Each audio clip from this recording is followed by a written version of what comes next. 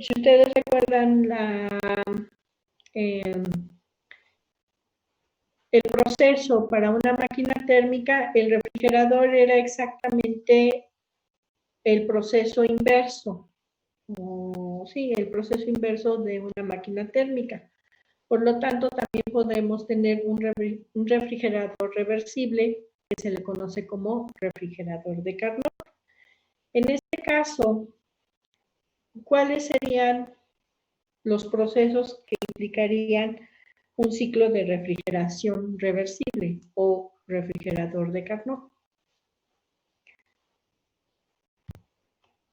A ver, váyanme diciendo. ¿Cuál sería? Sería exactamente el mismo ciclo, pero al revés volteado. O sea que si aquí hay una expansión isotérmica, tendríamos que tener de dónde a dónde. No iría en este sentido, sería en el sentido contrario. A ver, platíquenme cuáles serían los procesos. Vamos a verlos. ¿De dónde a dónde? ¿Dónde pondrían su estado inicial? Pues nuestro estado inicial tendría que estar acá. ¿Sí?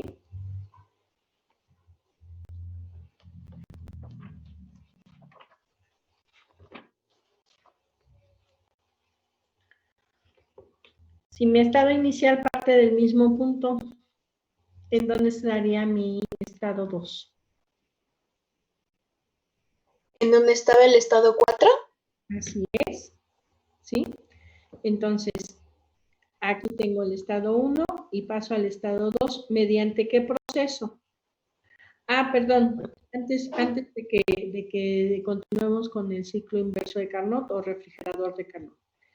Observen el sentido de las flechas. También eso tendrían que anotarlo en su imagen del ciclo de Carnot para que tengan conciencia de dónde a dónde va el proceso. El proceso va de 1 a 2, de 2 a 3, de 3 a 4 y de 4 a 4. En este sentido. El inverso empezaría en 1 y el 2 estaría en el punto donde está 4.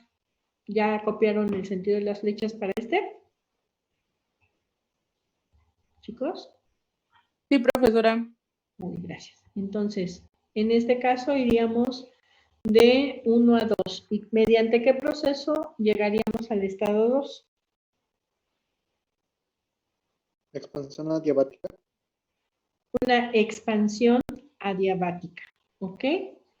Entonces, el primer proceso de un refrigerador de Carnot o ciclo inverso de Carnot es una expansión adiabática. Y el siguiente proceso sería ¿qué? Compresión isotérmica. Pues si de 2 estoy yéndome hasta 3 y 3 hasta acá, ¿qué está sucediendo ahí?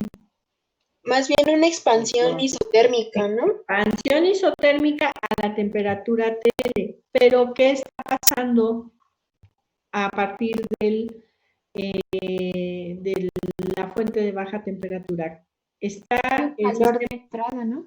Es el calor de entrada, está absorbiendo calor de la fuente de baja temperatura, ¿ok?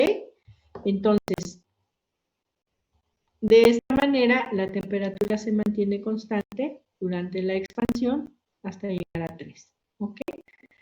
Después de 3 a 4 tengo ¿una qué?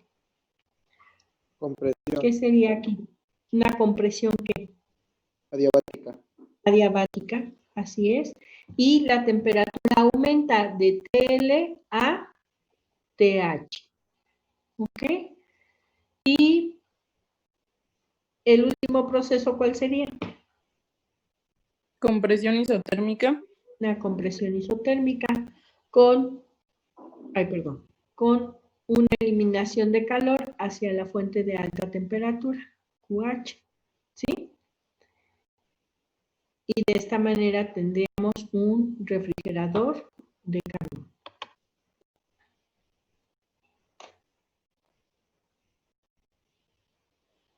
De igual manera que en el otro caso, el trabajo neto de entrada sería el área bajo la curva para ambas gráficas, ¿sí? En este caso, el área que está delimitada por las 4 líneas del proceso. Y bueno, se los pongo más bonito, como más bonito, para que vean el sentido hacia dónde van las líneas de proceso. ¿Ok?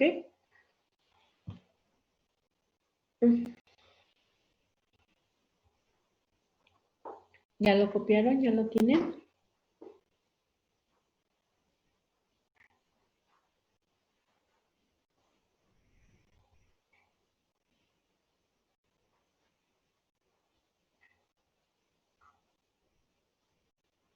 ¿Ya lo copiaron, chicos?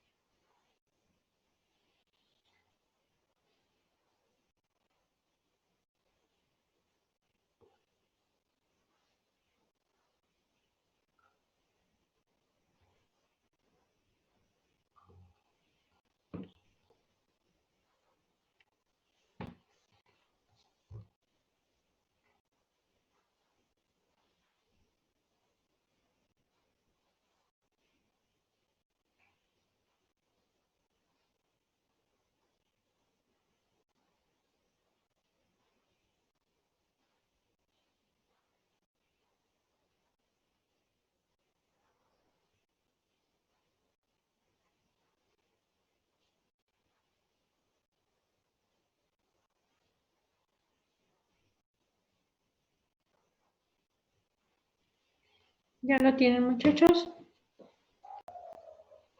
Ya. Entonces, continuamos. Entonces, vienen los principios de Carnot, y en los principios de Carnot dicen esto: la eficiencia de una máquina térmica irreversible es siempre menor que la eficiencia de una máquina reversible que opera entre los mismos depósitos de temperatura.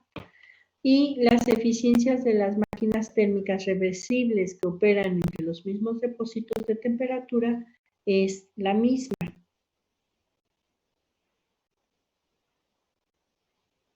¿Ya los copiaron?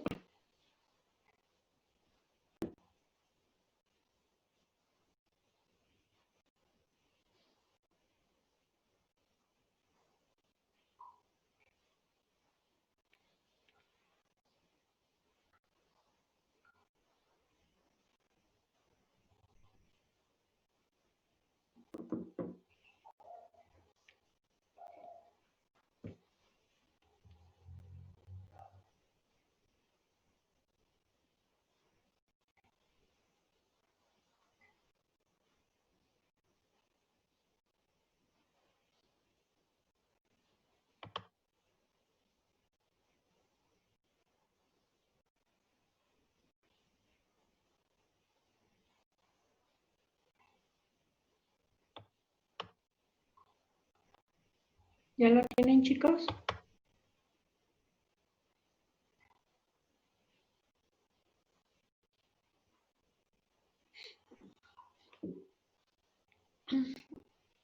Chicos, ¿ya lo copiaron? Ya, profesora. Gracias. Entonces, vamos por...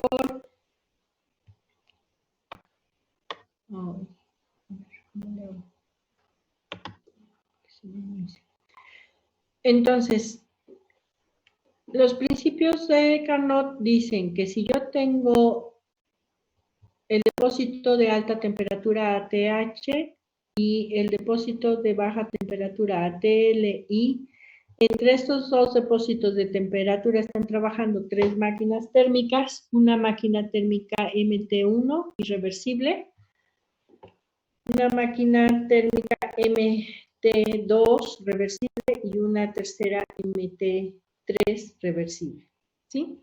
Entonces, la eficiencia térmica de la máquina 1 va a ser menor que la eficiencia térmica de la máquina 2 y a su vez menor que la eficiencia de la máquina térmica 3 y que las eficiencias de la máquina 2 y la máquina 3 van a ser iguales. Eso es lo que dicen los principios de Carnot.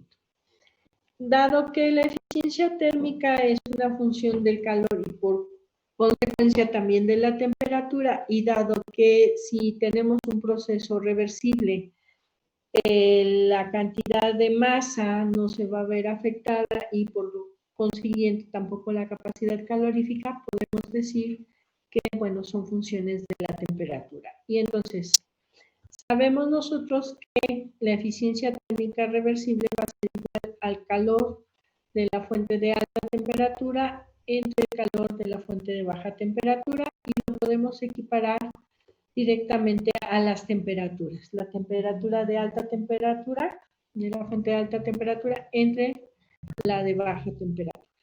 De tal manera que lo tendrían de esta manera. Ahora, tomen en cuenta que estas temperaturas tendrían que ser temperaturas absolutas.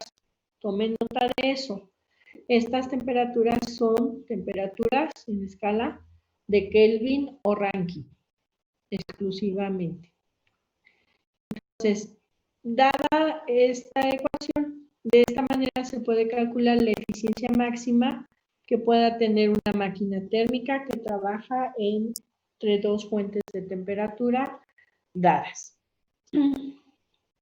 Analizando esto, entonces, si yo diseño una máquina térmica y determino la eficiencia térmica de esa máquina térmica, si esa eficiencia térmica es menor con respecto a la máquina térmica reversible para esas fuentes de calor, entonces la máquina térmica es una máquina térmica irreversible, o sea, una máquina térmica real.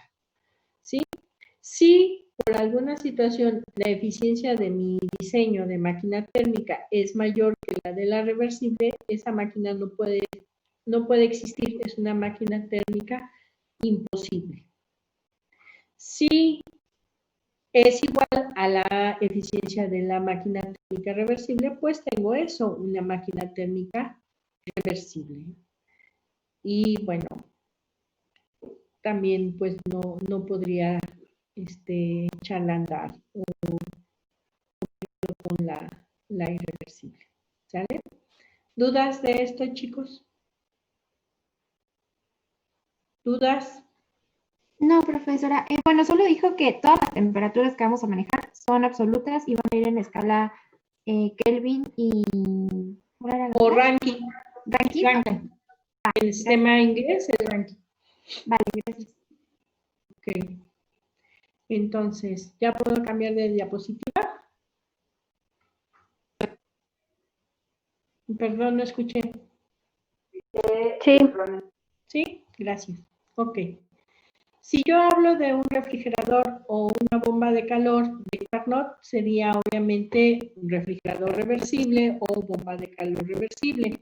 Y se acuerdan que para estos dispositivos, estas máquinas térmicas, nosotros calculábamos el coeficiente de desempeño para un refrigerador o para una bomba de calor.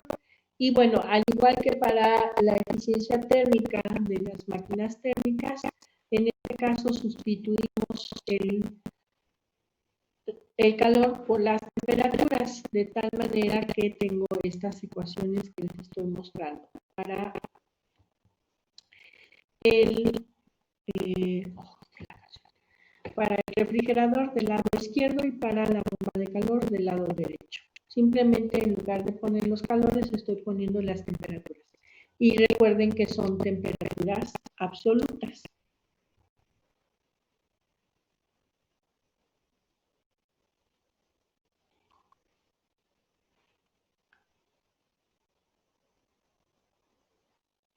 De igual manera, si yo diseño un refrigerador o una bomba de calor, estas relaciones se aplican para ambos. Entonces, el coeficiente de desempeño del refrigerador que estoy diseñando es menor que el coeficiente de desempeño del refrigerador reversible, entonces tengo un refrigerador irreversible. Si es igual, tengo un refrigerador reversible. Y si es mayor, es un refrigerador imposible.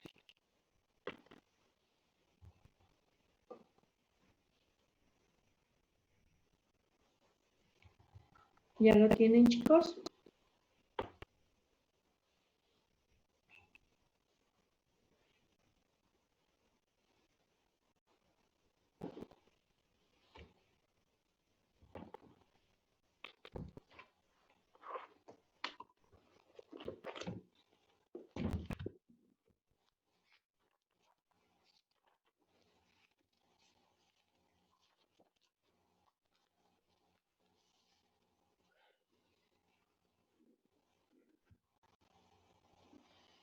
¿Ya lo tienen, muchachos?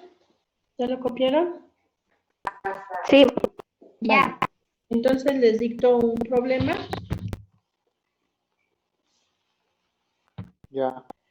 Una máquina de Carnot, una máquina térmica de Carnot. Repito, una máquina térmica de Carnot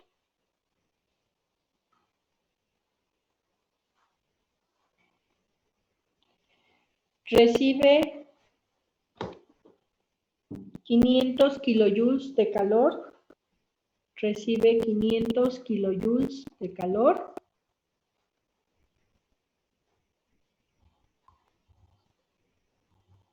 por ciclo desde una fuente de alta temperatura,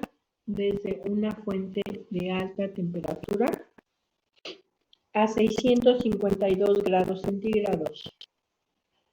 A 652 grados centígrados.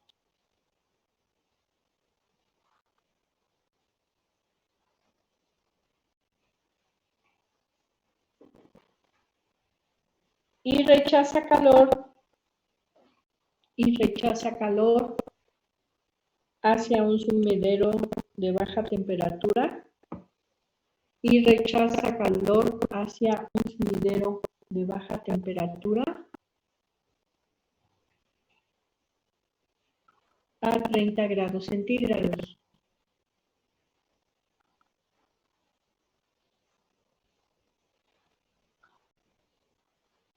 Punto y seguido, determine, inciso A, la eficiencia térmica de esta máquina de Carnot. La eficiencia térmica de esta máquina de Carnot. Inciso B.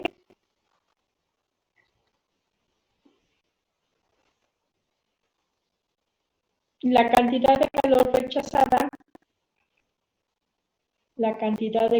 rechazada por ciclo hacia el sumidero. La cantidad de calor rechazada por ciclo hacia el sumidero.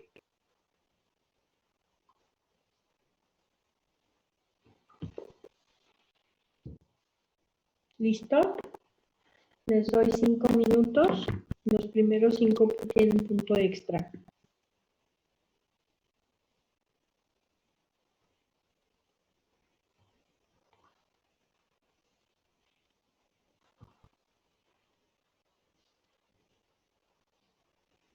¿Corre tiempo? Ay,